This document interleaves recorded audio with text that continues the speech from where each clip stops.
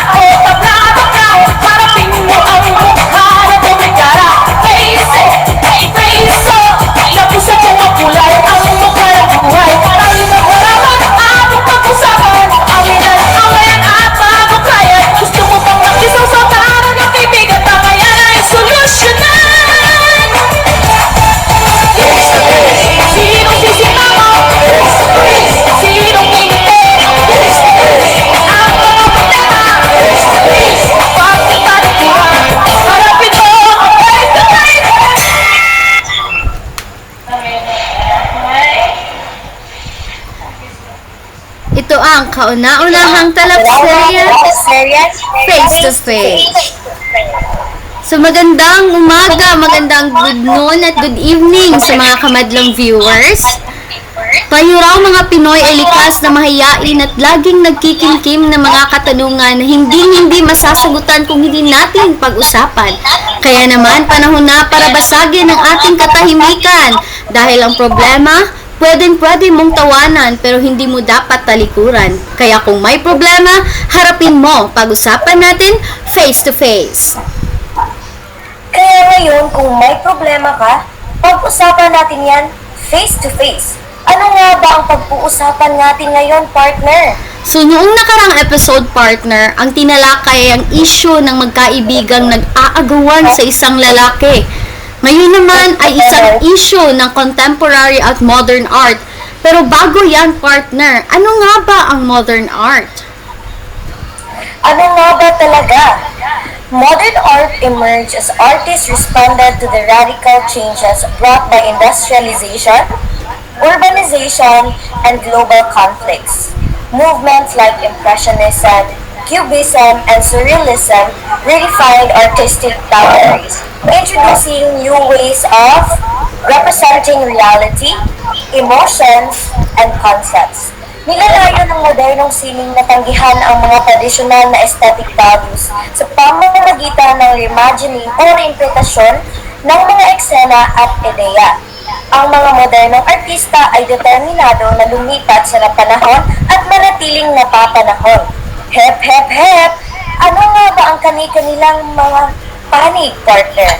Talagang curious ako sa kani-kanilang mga opinyon at sa kanilang kaalaman. Pero partner, ano nga rin ba ang contemporary art? So, contemporary art, partner, generally refers to artwork created in the late 20th and earliest 21st century, meaning from the 1970s onward, or the art of today. So it is characterized by its innovative or avant-garde qualities, often reflecting modern day society and engaging with current political, social, and cultural issues. So contemporary art can encompass a wide range of mediums and styles, including painting, sculpture, photography, installation, performance, and video art. So contemporary art, partner, is not limited to traditional mediums but also incorporates new technologies, digital art, performance, and more. Heto na! Let's get ready to talak! Isang ate, uminit ang ulo dahil kinakatwiran niya na talagang mas importante at maganda ang modern art at ang kabilang panig nanunumbat pa. Naku, bakit kaya? Naku, ano kayang klaseng panunumbat yan, partner? Teka nga, ang tanong, totoo ba kaya ang kanilang bintang ng kabilang panig na mas maganda ang modern art kesa contemporary art? O tama ba na walang saysay ang kanilang alitan dahil walang kabuluhan lamang ang mga ito? Ang simpleng biruan at tagisan ng kaalaman na uwi sa palamangan, gaya na lamang ni na Russell at Nemi na dahil lang sa isang subject na arts,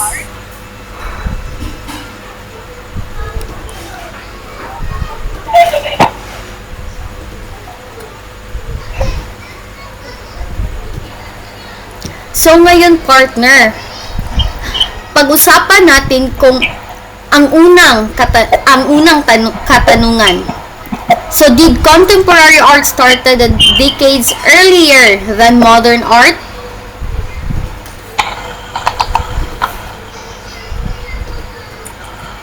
pangalawa, is modern and contemporary art considered synonyms? Pangatlo, what makes modern art better than contemporary art? At panghuli, ano ang nauna? Modern art or contemporary art? So At ngayon, ngayon, pakinggan natin ang panig ng bawat art.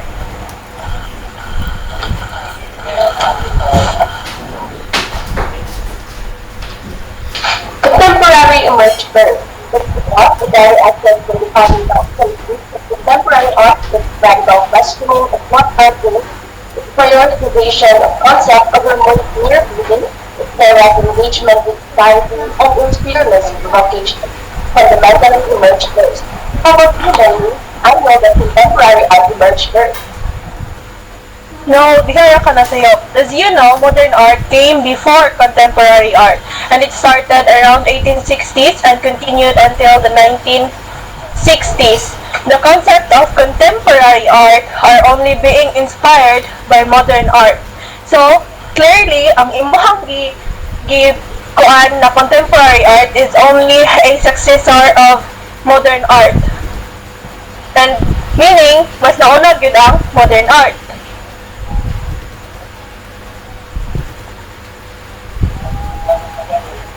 Naku, partner! Sino kaya ang tama sa kanila? Ano naman ang panig ng ating mga manonood?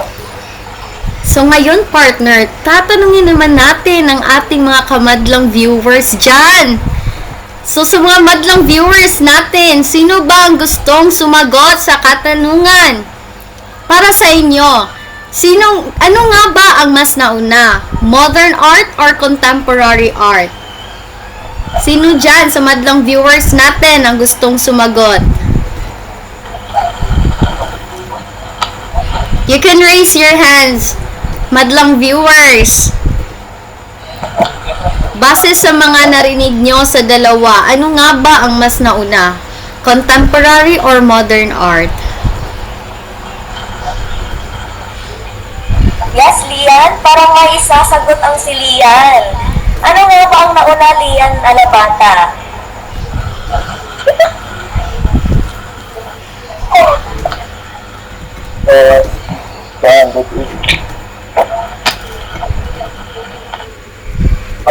Ang mas nauna kay modern art.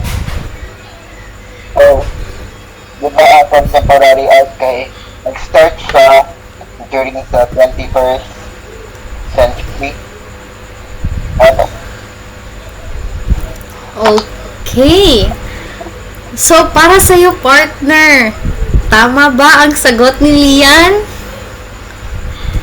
Para sa akin, partner, ang sagot ni Lian ay tama dahil nauna ang modernong sining bago ang contemporary art. So, mas nauna ang modern art. Karamihan ng mga historiador ng sining at kritiko ay naglagay ng simula ng modernong sining sa kanluran sa paligid noong 1860s na nagpatuloy hanggang sa 1960s, tama. Samantalang ang contemporary art naman ay nagngangahulugang sining na ginawa sa kasalukuyang panahon. kayo partner at madlang viewers. Huwag na huwag kayong magkaka-confuse o huwag kayong malito dahil ang salitang contemporary ay hindi naalay karaan. Ang modern art, di ba, from the word modern art, makahula-hula ka na, alam, modern, so it is today, right? Yeah. Correct, Hindi partner. yan. Ang modern art ay ang sining noong unang panahon at ang contemporary art naman ay ang sining na nasa ngayon. Gets lang ba, madlang viewers? Yes po. Okay, very good. So ngayon naman, partner, ang tanong na sasagutin ng dalawang panig ay, is modern and contemporary considered as a synonym? Ano naman ang masasabi niyo dyan?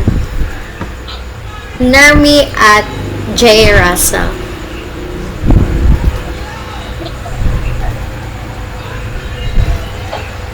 Yes. Contemporary is considered absolute. That's because while art in Victorian typically carved out distinct periods for modern art, roughly 1860s to 1960s, and contemporary art 1960s to present, these terms are therefore synonyms for the same ongoing artistic involved, the radical pursuit of new, the challenging, and the relevant. So, modern art and contemporary art are not considered as synonyms. Since contemporary art follows and builds upon the foundation used by modern art. And also, diba, when we say synonyms is like same sila, or like let's say same ba sila of time period, which dili sila same, since ang modern art, it started way back in 1860s to 1890s, meaning, and now the contemporary art started in 1960 till present. So kana pa lang na idea or kana nga kuan kay dili na sila synonym by their sa ilahang time period. And also sa ilahang media na used in conveying that art. Today, ang contemporary art is using more on digital and modernized technologies. That's all.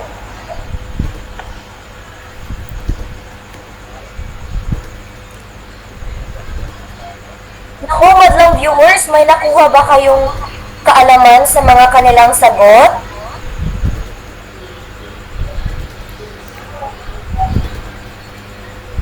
Sino sa ating mga madlang viewers dyan ang gustong sumagot sa tanong? Para sa inyo, walang mali. Walang mali sa mga sagot or opinion ninyo. Para lang sa inyo, sa sinabi ng dalawang pani.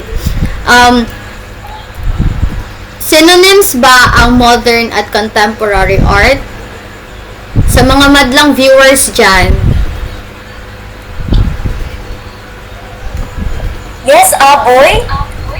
Parang may ideya ka at nais naming marinig ang iyong ideya.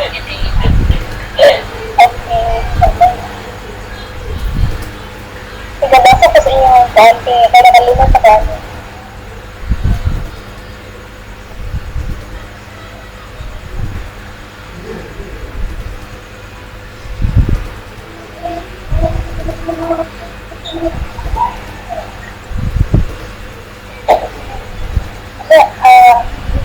Okay.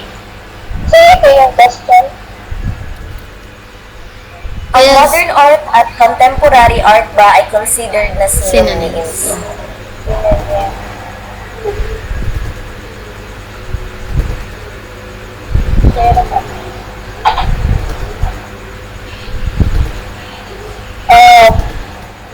Okay, I have one answer din na siya.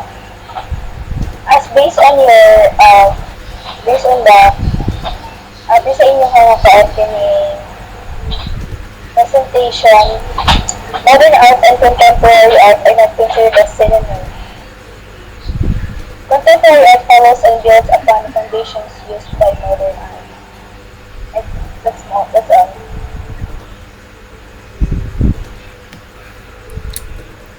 Okay. So, para sa iyo, partner, synonyms ba ang modern at contemporary art? So ano nga ba ang sagot sa katanungan na yan, partner? Ang sagot dyan ay no. Yes. Ang modern art at contemporary art ay hindi considered na synonyms o magkahalintulad. While both terms are related to art movements, they refer to distinct period and styles. Period in time frame and styles in medium frames. Ganyan. Modern art generally encompasses arts from the late 19th and the early to mid 20th centuries. While a contemporary art naman is used or is produced from the late 20th century until the present. So tama ang kasagutan ni Aboy na hindi considered na synonyms ang contemporary at modern art. Gets lang ba, madlang viewers? Yes! Bakit parang wala akong naririnig na boses? Gets lang ba, madlang viewers? Yes! Lang. Yeah. Okay, very good. So now, let's proceed sa pangatlong katanungan. So what makes modern art better than contemporary art? So sa dalawang panig, bakit nga ba or ano nga ba ang what makes modern art better than contemporary art? Siyempre, mas maganda ang contemporary art dahil para sa akin, mas matindi at mas mahusay ang contemporary art kaysa sa modern art dahil ito ang sining na direkta at totoo natin nauunawaan ngayon. Habang ang modern art ay nagbigay ng revolutionaryong estilo noon, ang contemporary art naman ay mas malawak at mas malalim ang sakop. Hindi lang ito tungkol sa mga bagong pinta o eskultura, kundi gumagamit ng lahat ng klase ng media, mula sa performance hanggang sa installation at street art na bumubuhay sa ating mga lansangan dito mismo sa Dumaguete.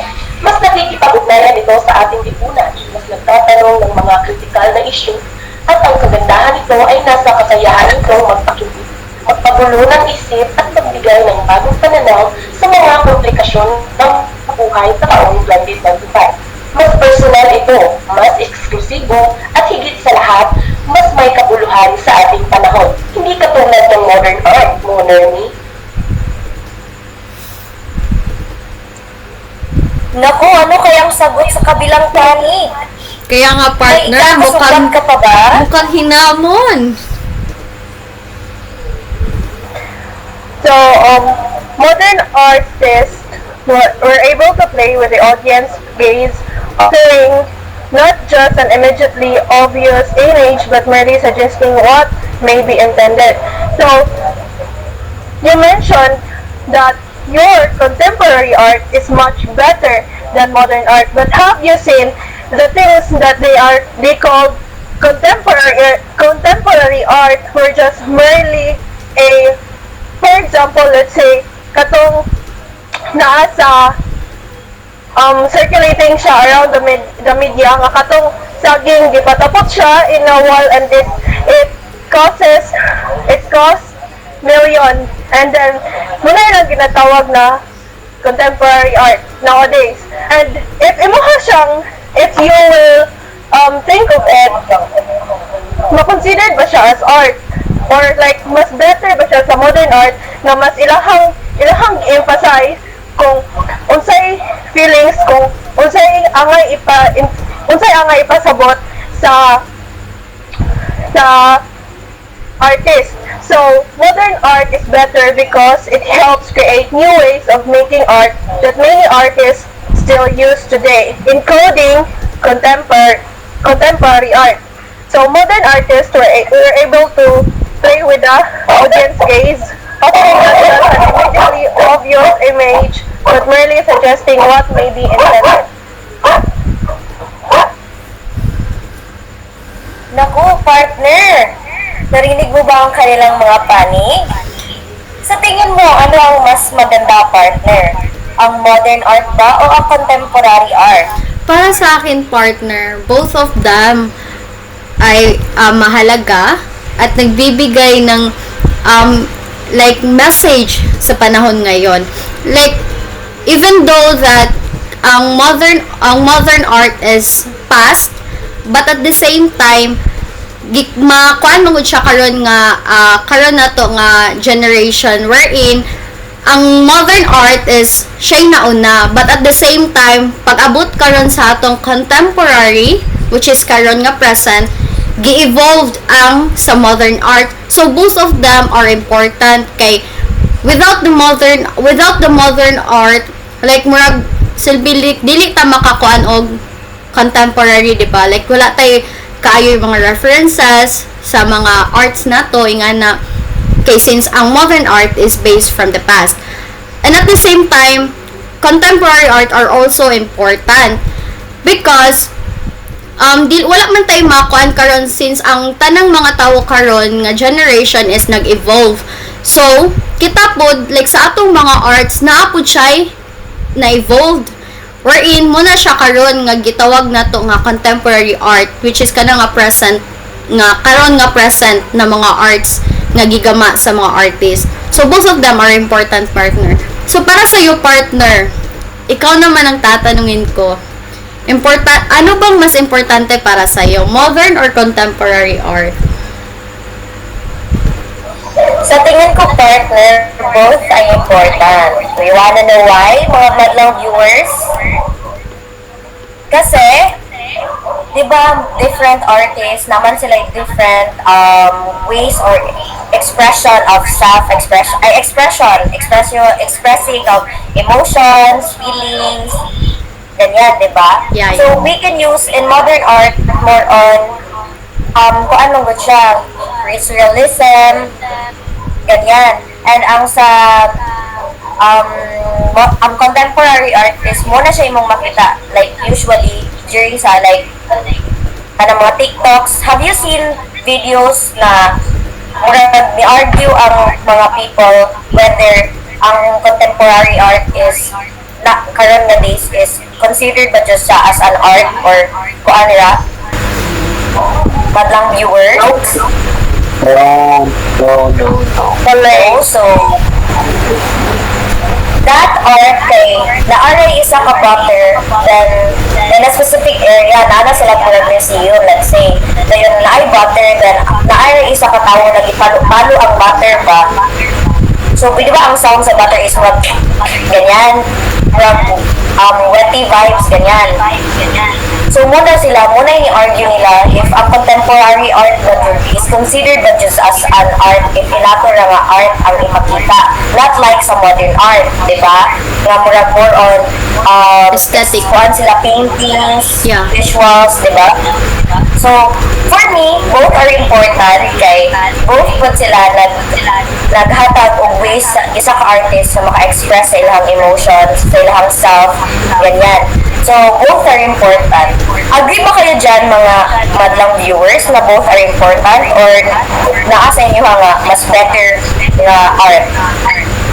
Pwede mo share. Yes, Sherry, nakahi ka share?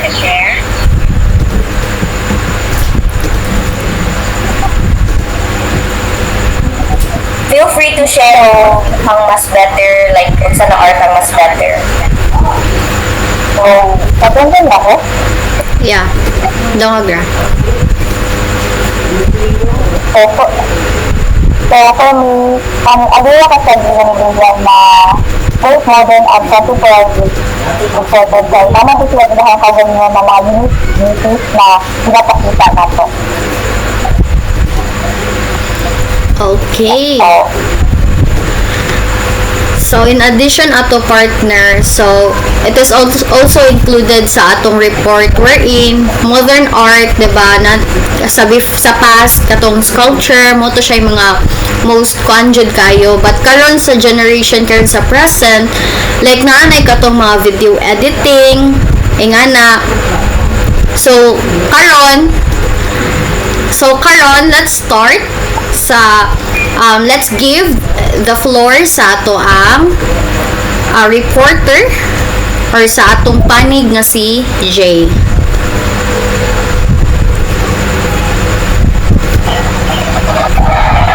Okay, so other contemporary art movements. First is neo-pop art.